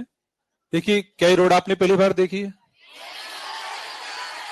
क्या रेजिस्टेंस आपने पहली बार देखा है? क्या मैग्नेटिक फील्ड पहली बार देखा है? क्या वेलोसिटी आज पहली बार देख रहे हैं? इसका तो आप सब देख चुके हैं। तो अब यहाँ पर इस रोड को मूव किया जा रहा है हॉरिजेंटल प्लेन में। कौन से प्लेन में? हॉरिजेंटल प्लेन में। मतलब ये डायग्राम पूरा ऐसे है, हॉरिजेंटल प्लेन में रोड है। तो हॉरिजेंटल प्लेन में जब रोड को मूव किया जाएगा, दोनों जो वायर हैं इन पर स्लाइडिंग कॉन्टेक्ट रहेगा, तो कोई फ्रिक्शन वगैरह कंसीडर नहीं किया गया है। फ्रिक्शन लेस सरफेस, मतलब ये जो वायर है, वायर एंड रोड के बीच में कॉन्टेक्ट फ्रिक्शन लेस है। तो अब जब मूव करेंगे, केवल रेजिस्टेंस आर की फॉर्म में यहाँ पर, बाकी और कहीं भी रेजिस्टेंस कंसीडर नहीं किया गया है। रोड को मूव करने की वजह से, रोड के मूव करने से फ्लक्स कटिंग होगी नहीं होगी? फ्लक्स कटिंग तो होगी। फ्लक्स कटिंग होने की वजह से पोटेंशियल डिफरेंस आएगा। तो ये वाला एंड क्या बनेगा? हाई या लो? ये हाई पोटेंशियल बनेगा, तो ये लो पोटेंशियल बनेगा। तो ये रोड एक सेल की तरह काम करेगी। एक रेजिस्टेंस ये हो गया है, और जहां रोड है वहां पर हमने एक सेल बना दिया है, ईएमएफ सोर्स। अच्छा, इसका पोटेंशियल डिफरेंस का वैल्यू बता सकते हैं कितना आएगा? 0 या बीवीएल? बीवीएल क्यों कहते हैं डायरेक्टली? क्योंकि तीनों म्यूचुअली परपेंडिकुलर हैं, तो वैल्यू बीवीएल के बराबर आता है। तो E is equal to BVL। ये रेजिस्टेंस R यहां पर है। तो ये जो भी रोड की हम बात करते हैं, रोड को यहां बना दिया है, तो सर्किट से जब कनेक्ट किया है, तो ये रोड इस सर्किट के लिए एक ईएमएफ सोर्स यानी कि बैटरी का काम करती है, और ये ईएमएफ BVL आ गया है। इसमें करंट फाइंड कर सकते हैं अपन। अच्छा एक बात और देखिए, जब इस रोड को इस तरह से मूव करा रहे तो करंट का डायरेक्शन क्या होगा? ऐसे, ऐसे, क्योंकि एक तो हम ऐसे फाइंड कर सकते, लेंज लॉ की बात हम कर सकते हैं। तो लेंज लॉ से क्या हो रहा है कि रोड को जब मूव करा रहे हैं तो यहाँ क्रॉस वाला फ्लक्स बढ़ेगा, क्रॉस बढ़ेगा तो डॉट एंटी क्लॉकवाइज आ जाए। एक तो ये तरीका हो गया। एक तरीका और क्या हो गया, अभी जो जस्ट बात की हमने कि ये वेलोसिटी ऐसे और ये फील्ड और ये हाई पोटेंशियल, तो ये एक सेल की तरह काम कर रही है। तो सेल की वजह से सर्किट में करंट का फ्लो ऐसे होगा, और ये खुद सेल के अंदर लो टू हाई, ये इंड्यूस करंट का डायरेक्शन इस तरह से रहेगा। कुछ को लगता है सर करंट का डायरेक्शन तो हाई से लो होना चाहिए ना, ऐसे ही तो हो रहा है यहाँ पर कि जो सर्किट है उसमें हाई से लो फ्लो हो रहा है, और खुद सेल के अंदर लो टू हाई ही फ्लो होता है। तो सही है, जैसा कंसेप्ट उसके अकॉर्डिंग ही हो रहा है, कुछ भी डिफरेंट नहीं हो रहा है।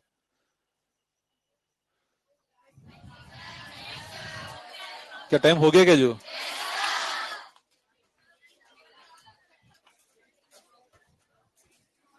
क्वेश्चंस वगैरह टिक करा दें? लाइए, मॉड्यूल दे दीजिए आप।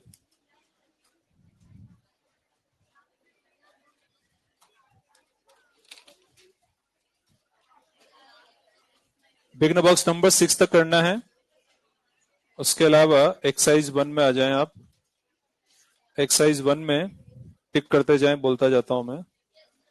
क्वेश्चन नंबर पहले 50 तक तो बोल ही था पहले।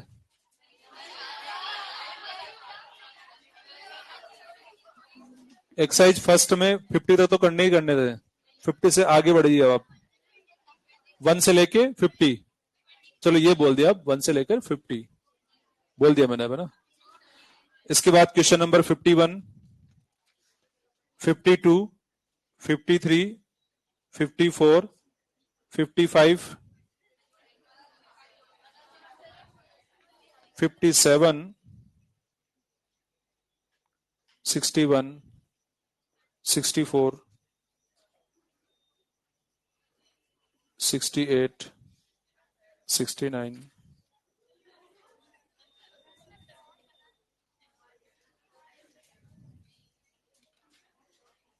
एक्सरसाइज सेकंड में आ जाए। एक्सरसाइज सेकंड में question number 4, 6, 7, 8, 15, 16, 20, 21, 23। Exercise third. Exercise third में क्वेश्चन नंबर 1, 2, 3, रुको रुको, क्वेश्चन नंबर 8, इसके बाद है 13, 15, 15 के बाद इसमें आता है क्वेश्चन नंबर, बाकी तो टिक करा रखे हैं थर्ड में और भी, है ना। ये शायद ये टिक करा रखा, 18 टिक करा रखा होगा, 18, 19, 21, 22, 23, 24, 25, ये टिक करा रखा है आई थिंक पहले। ठीक है, इसका ओके, थैंक यू।